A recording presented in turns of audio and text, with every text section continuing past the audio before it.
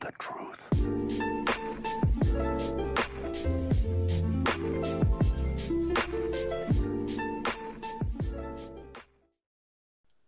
Hey guys, what's up? Green Machine Sam back with another video. I'm doing a lot of recording tonight, so hopefully I can get through this one real quick, and then I will probably be done for the night, even though I have another video ready to go. I'm only getting through this one. If you guys are new here, my name is Green Machine Sam, or GMS, whatever you prefer to call me.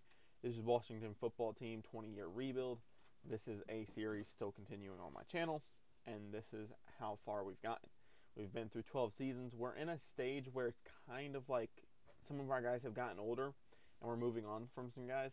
At the same time, we have weapons still surrounding the outside.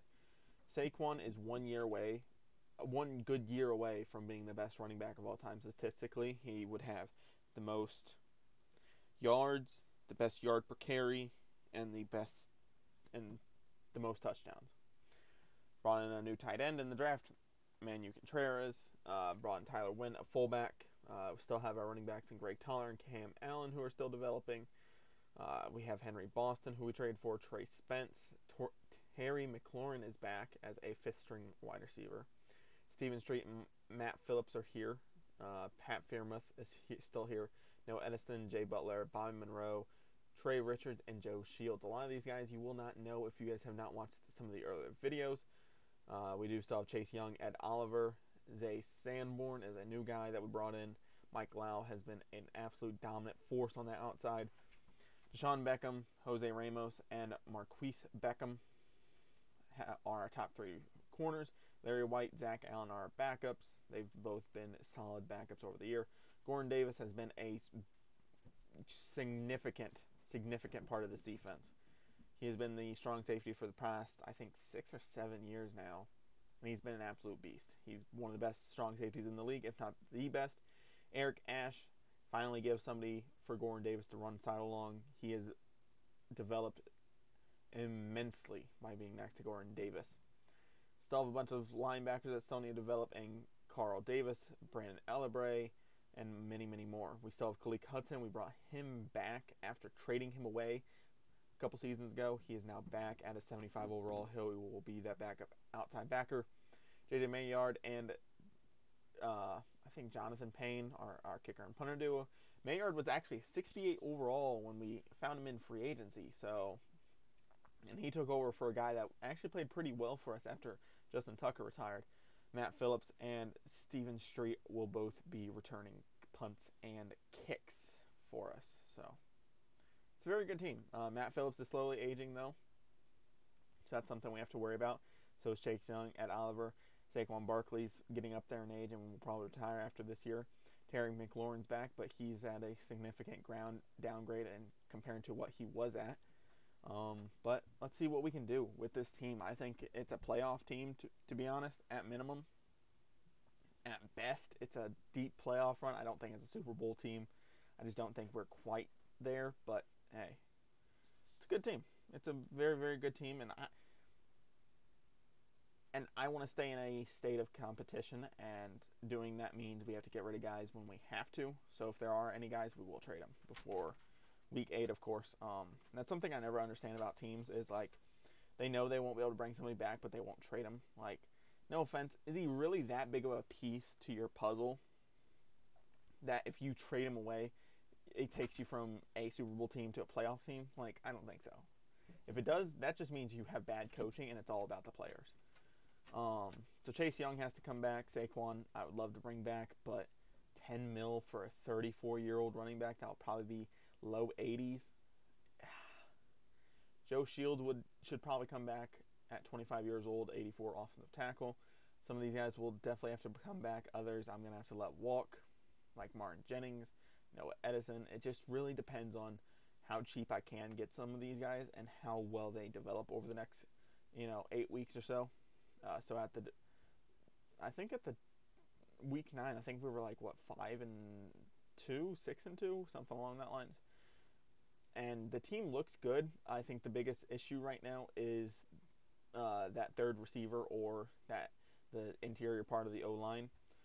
But I mean, it's definitely better than most teams are. So I'm not completely worried about it. As well as that tackle number 2, and a solid middle linebacker. Not even a solid middle linebacker, a like star linebacker. And I don't mean development trait like as in star development. I meant like star as in like he's a star. He's known around the league a lot more. So we didn't end up making the playoffs at 10-6. We're taking on the 8-8 Tampa Bay Buccaneers. So we went 10-6. Eagles went 9-7. Giants went 8-8.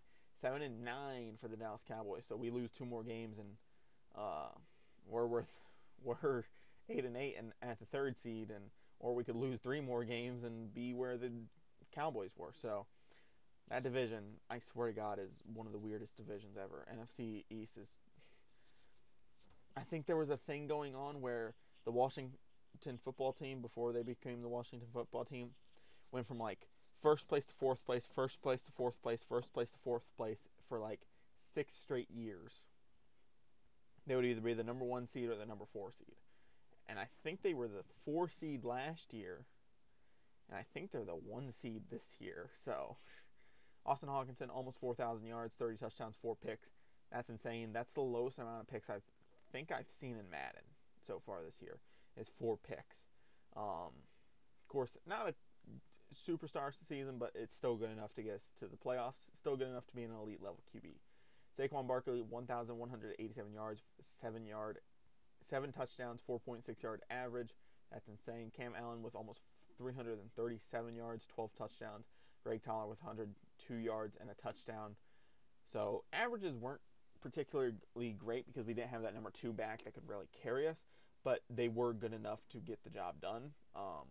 Because 3.5 yards or better means that you will be picking up a first down every 3 plays. So, well, actually, 3.34 yard average will actually get you a first down every 3 plays, I'm pretty sure.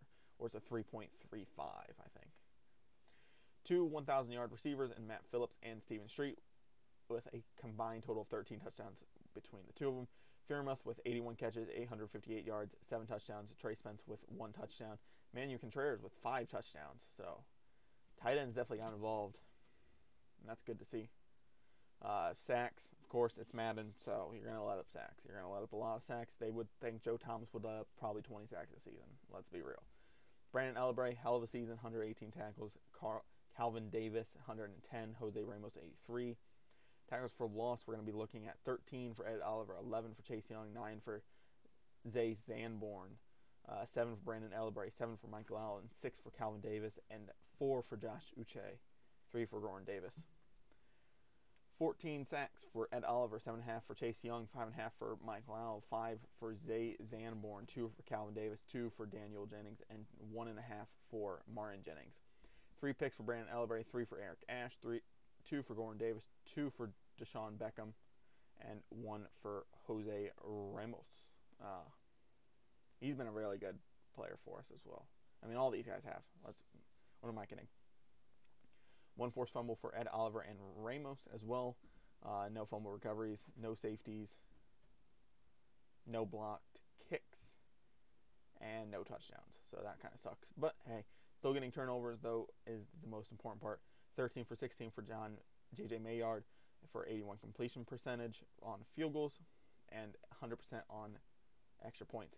Almost 59-yard net average for Jonathan Payne, 13 punts inside the 20, 1 kick return for Matt Phillips for 96 yards, and no punt returns. But Matt Phillips still returning kicks 9 years into the league. I think he's like 30 at this point. So, you know, he's doing the best he can. No players of mine in here. We're at number 7 for Coach of the Year. NFC Offensive Player of the Year, Austin Hockenson at 5. Defensive Player of the Year, Brandon Ellerbray at 8. Nice. Ed Oliver at 10. So that definitely helps out. Trey Spence and Manu Contreras at 3 and 4 for Offensive Rookie of the Year. That's good to see as well. Means that they are playing at a good rate. Marquez Beckham at number 2 for Defensive Rookie of the Year. That sucks. Getting beat out just by 1 spot really sucks. So, you know. But, hey. So here are some highlights from the games. 14-13, 4th and 3. I'm going to pull out the fake with our backup QB, Ludden, I don't know. and he's going to make a good play here. On a comeback route, Matt Phillips is just going to burn the corner, make a touchdown. Boom, he still got it. He's still one of the best receivers in the league. He has been since he came into the league. He's been great for us. He really has been. On a 3rd and 3, up 28-12, we're going to throw a jump ball to Spence. It's going to get tipped. Devin White's going to catch it, go down to a knee. He's still in the league. He's still performing pretty well. J.J. Maillard, we're going to go ahead and kick this ball this time. He's going to put it directly through the uprights, making it 31-12. It's always weird seeing a left-handed kicker. But hey, gives us something unique. This is something I like doing, and you may say this is risky, but I just like tossing it back on onside kicks just to see if I can get something like this. And this is the first time it ever worked on Madden 21, and it worked pretty nice. So Matt Phillips technically gets another return touchdown in the postseason. So I think he has like 4 on his career. I don't know if they count postseason kick returns. I don't think so because they don't count, I think, passing yards towards your total mark at the end of your career, which I think it should. I think if you make it to the postseason, I think those yards should be added on because you made it. Those are yours. And then Matt Phillips is just going to moss somebody, and then I accidentally clicked triangle too many times. So I think that's why I get caught. I'm going to throw one up for Terry McLaurin, and he's going to catch, I think this was his last catch of his career for us. And it was a touchdown, so. Because he is that 5th wide receiver, so he's not going to get in all that much. Going to throw a crossing route to Steven Street. He's going to make a toe drag, and he's going to score. He's been another significant guy. Him and Matt Phillips, I think, were both like second round picks, and they both turned out to be phenomenal. Tyler Wynn, our fullback, we're going to dump it off to him. He's going to make one guy miss and then just run over the other guy. He's actually smaller than Saquon, which is the kind of funny part. And then we're going to run the same play that we ran a week ago. He's going to get up and just score this time. So I was actually considering giving him the thumbnail picture. So we ended up winning this game 28-16. But I figured somebody more important and somebody with actual stats during the season would make a better person. So now in the Super Bowl, I think I ended up missing a game. I didn't have any highlights for it. So KC goes up 7-0. We take over. Going to try to hit a deep post route here to Matt Phillips, and he's going to just outbeat everybody. With that 97 speed, when he finally gets up to top speed and starts pulling away from people in those deep post routes, there's nothing people can do. Then we're going to fully commit here, and their tight end's just going to be open for a touchdown. Not a whole ton you can do. I was expecting a run. Didn't get it. Going to hit another one of their tight ends across the middle for a touchdown. I'm going to miss a tackle. He's going to score. They're up 38-14 at this point. I was playing the moments, and it didn't let me play for the whole third quarter, and they ended up scoring 2 times. Noah Spence, I was just like, fuck it. I think he has a step. I'm going to throw it here. We ended up, I think, fumbling or something later on the drive, throwing a pick. I don't know. Matt Phillips burns everybody, just going to get a one-handed catch. He's going to take it into the end zone. But we ended up losing 38-22. So, can't win them all. But it sucks to send Saquon Barkley out like this, because I know he's probably not coming back next season, and he doesn't. So, him and Terry McLaurin retire. We're basically considering Cleek Hudson as a retiree as well. So, they served us well. Saquon Barkley, 18,000 yards, 18,389 yards, just 34 more than Emmitt Smith. 166 rushing touchdowns on his career. So, that's insane, you know, especially in a league that is so different compared to what it was, where not everybody's still running the football that much. And I think the only person active now is Josh Jacobs on the list. And so yeah, decided to bring back Noah Edison, give him 6 years, $10 million a year. The cap hit won't be that big. Let's bring him in. Martin Jennings, 5 years, $9 million, and then we're gonna franchise tag, I think, Joe Shields, and then we're gonna trade Jennings and Edison for a first and a second of the 33 draft. So from the Raiders, something I like doing because then I have no cap penalty. I can continue to do stuff like that. So a little bit different. Pick up Steven Street's 5th-year option. I kind of wanted to decline Mike Lowell's because then I could get on a contract real fast. Because that's something you want to do, is when they're not top 5, top 10 in their position, you kind of want to decline it. And then sign them quickly while they're still at a low overall where you can sign them, get them for cheap, and then bring in somebody else. Glenn Jenkins is probably going to come in, replace Noah Edison, number 6 in the class, took him at 31. Rasheem Norton, good running back here. Going to take him, number 43 in the class, took him at 68. He's a 70 overall, power back, looks decent. Daniel Cobb here, took him at number 76. He's number 76 in the class, 68 overall. He's good across the board except for pass coverage. He's a good edge rusher. He's a good run stopper, so that's good to see. Sheriff Diggs, 6'7", 328 pounds, 22 years old. Right tackle, 70 overall. Hidden depth trait, 86. Took him at 86, number 51 in the class, 70 power tackle. Not great in pass protection, but I think we could use him. Hopefully he can develop into something we need. Gonna trade down here with the Raiders. Gonna trade 3 4th-round picks for a 7th. Something that happens when you have too many picks is you can't trade for any more picks. So I normally do this to get rid of 4th-round picks, and I don't feel like going through and getting like a 5th round, 4th round next year for all these 4ths. So I'm just gonna trade them away, pick up 7ths, and then trade all the 7ths away for other 7ths, and just keep doing that until I have like basically no 7th-round picks left. Kind of like this. The Rams gets 3 7th-round picks. This draft class, I don't think is game-changing. I don't think it changes our team, doesn't change our needs really, but it does help. It does give us another offensive lineman, and it does fill a linebacker backup position. We still need to find somebody that's consistent to play alongside some of the other guys here.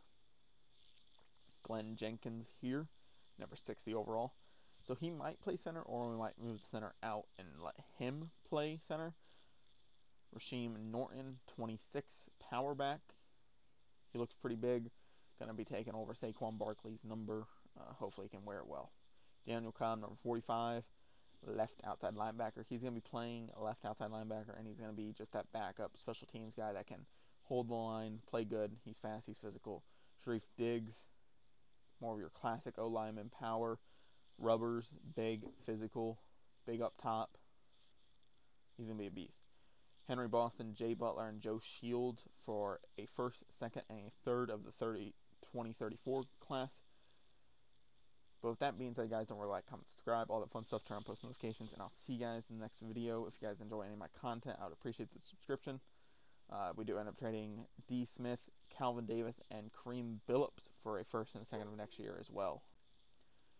So, if you guys are new here, remember there are roster updates that came out a couple days ago. I don't know when this is going up. Paul Ratliff, Dylan Moore for a 1st-round pick.